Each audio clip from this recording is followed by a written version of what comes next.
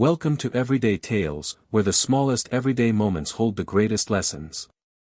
Join me as we explore simple yet deeply meaningful stories from daily life.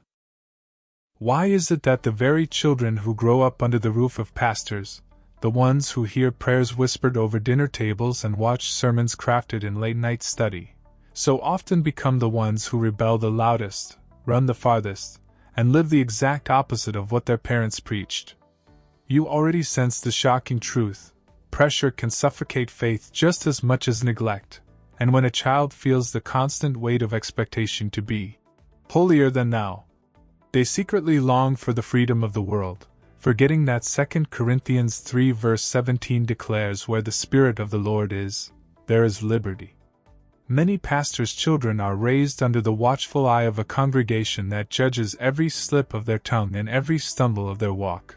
And instead of grace they receive scrutiny, so their hearts cry out for a place where they are not seen as symbols but as souls. This hidden craving for authenticity can push them into the arms of rebellion. You cannot ignore that sometimes the pulpit steals the parent, and while a father preaches to save hundreds, his own son wonders why he is invisible at home, echoing the warning of 1 Timothy 3 verse 5. If you cannot manage your own household, how will you care for God's church? The shocking secret is that ministry, when not balanced, can leave a child associating God with absence, rules with resentment, and holiness with hypocrisy, so they choose the opposite life in a desperate attempt to reclaim identity. Yet the rebellion is not always born of anger but of curiosity, because when children only see the Bible presented as duty rather than delight, when they only know Jesus as their Father's job instead of their personal Savior, they hunger for a taste of the forbidden, echoing the tragedy of Genesis 3 where what was denied became what was most desired.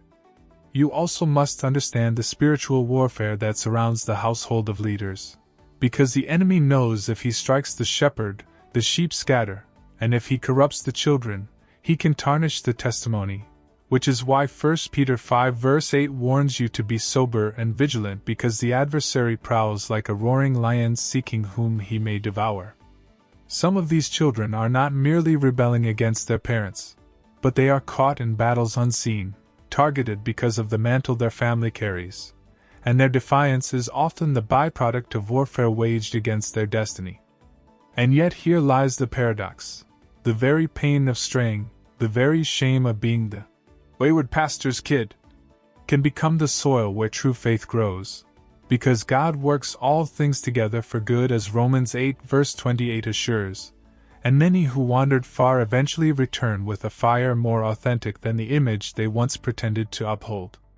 The warning to you is clear: never mistake the appearance of rebellion for the absence of calling, because often the deepest wrestlers with God become the strongest witnesses for Him, just as Jacob limped away from Peni. Thank you for joining Everyday Tales, where every small story carries a greater meaning. See you again in the next storytelling journey, and don't forget to like, share, and subscribe to the channel.